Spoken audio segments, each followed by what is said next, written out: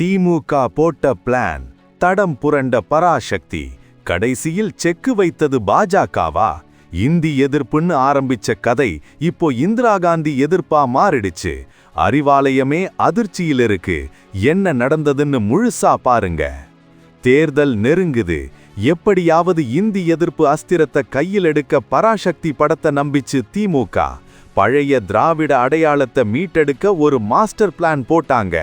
ஆனா படத்துல முன்னாள் பிரதமர் இந்திரா காந்திய விமர்சிச்சதா சொல்லி காங்கிரஸே வாண்டடா வந்து வண்டியில ஏறிடுச்சு. கூட்டணிக்குள்ளேயே அடிதடி ஆரம்பம். திமுக மத்திய அரசு அடிக்க நினைச்ச ஆயுதம் இப்போ அவங்க கூட்டாளியான காங்கிரஸையே காயப்படுத்திருச்சு. எல் முருகன் வீட்டில நடந்த பிரதமர் மோடியின் பொங்கல் விழா. அங்கதான் மொத்த அரசியலும் தலைகீழா மாறுச்சு. அங்க பராசக்தி படக்குழுவினர் ஆஜர். அதுவும் நம்ம சிவகார்த்திகேயன், ரவிமோகன் எல்லாரும் பிரதமரோட சிரிச்சு பேசிட்டு இருக்காங்க. அடடான்னு வாயடைச்சு போச்சு அரசியல் உலகம்.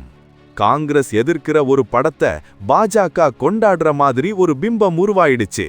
விஜய் ரசிகர்கள் ஒரு பக்கம், காங்கிரஸ் ஒரு பக்கம்னு எல்லாரும் பராசக்தி டீமை விமர்சிக்க ஆரம்பிச்சிட்டாங்க.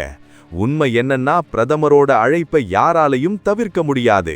ஆனா பாஜக சாமர்த்தியமா காய நகர்த்தி திமுகவோட பிளான புஷ் ஆக்கிடுச்சு.